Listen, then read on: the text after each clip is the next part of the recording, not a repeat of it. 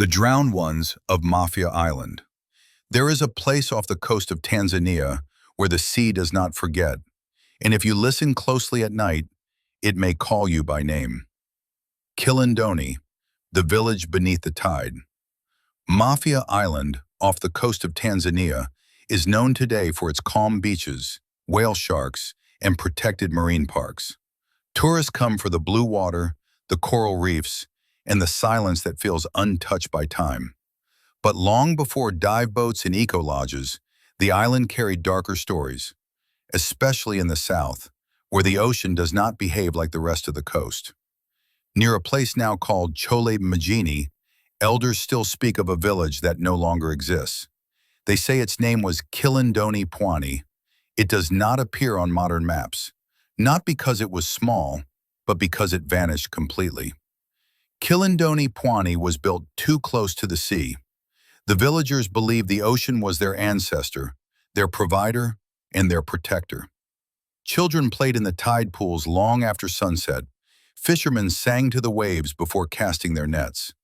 Houses were built so close to the water that waves brushed the doorsteps during high tide.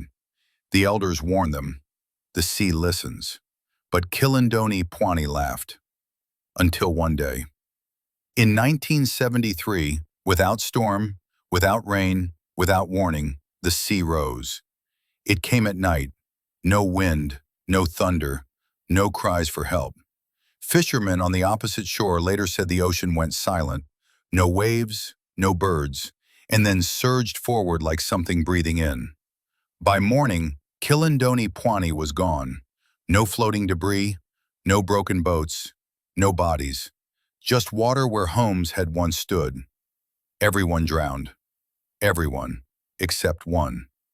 Bibi Kisiwa. An old woman named Bibi Kisiwa was found at dawn, walking barefoot along the shore. She was soaked head to toe.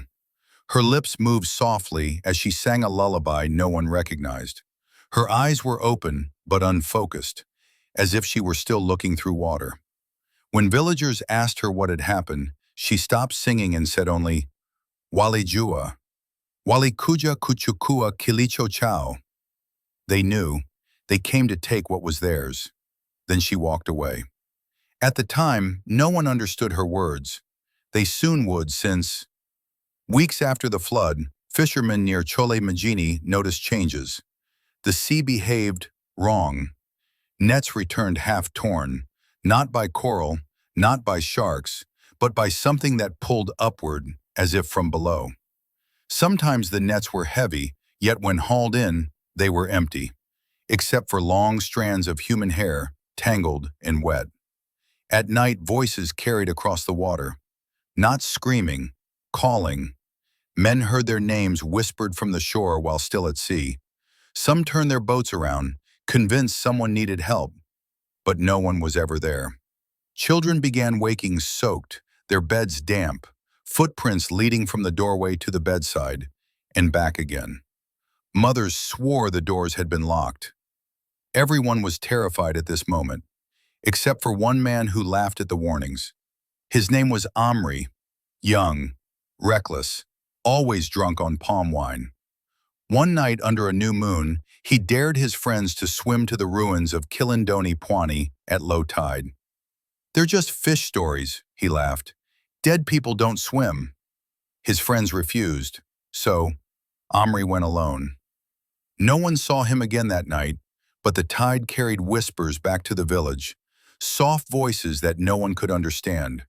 Something that would haunt the village forever had awakened beneath the ruins.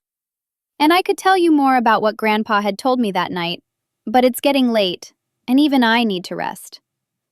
Sleep tight, my night walkers. Tomorrow, we'll continue what the drowned ones revealed.